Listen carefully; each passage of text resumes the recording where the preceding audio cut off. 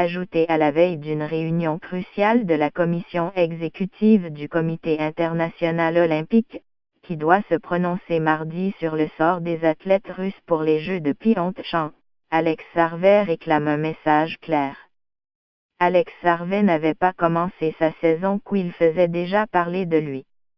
En marge d'une compétition préparatoire en Suède, le mois dernier, le Russe Alexei Petchukov se demandait si son rival canadien n'était pas un froussard. Suspendu à vie par le Comité international olympique, il lui en voulait d'avoir soulevé des doutes sur la probité de son compatriote Sergius Shugov, dominant aux mondiaux. Furieux, Petchukov a écrit à Ivan Babikov, entraîneur d'origine russe de l'équipe canadienne de ski de fond, pour lui faire savoir que son athlète méritait un coup de poing au visage pour avoir émis un tel commentaire. Harvey n'a pas reçu le message, mais des journaux scandinaves en ont fait état. Les deux hommes se sont retrouvés à Kuusamoo, il y a 10 jours, pour le début de la saison de Coupe du Monde. Aucun coup n'a été échangé. Pas plus qu'à l'île-la-Mer, la semaine dernière, où les deux fondeurs logeaient au même hôtel. Ça a l'air qu'il a dit ça, mais il ne me l'a jamais dit directement, a indiqué Harvey après sa 6e place au skiathlon, dimanche, en Norvège. Il ne m'a jamais menacé. En partant, tous les Russes ne parlent pas très bien anglais, alors on ne leur parle pas beaucoup. On se salue d'un signe de tête. C'était pareil comme avant. Je ne lui parlais pas plus ou moins.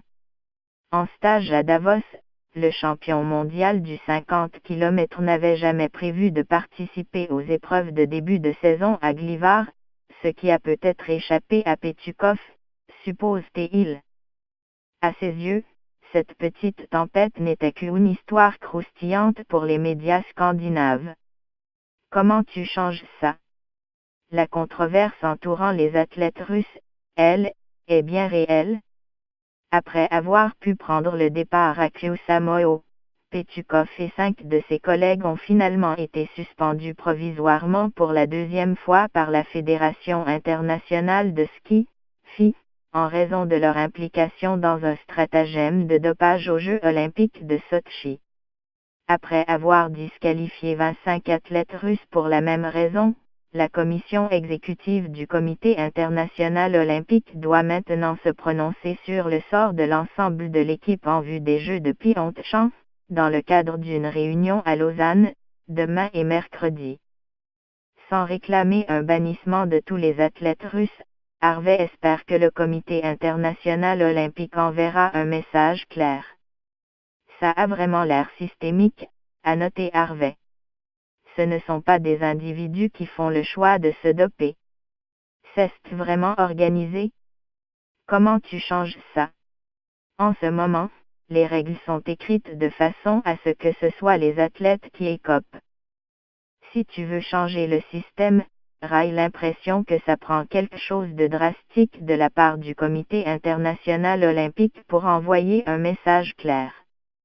Il faut crever l'abcès comme la Fédération internationale d'athlétisme l'a fait depuis 3 ans.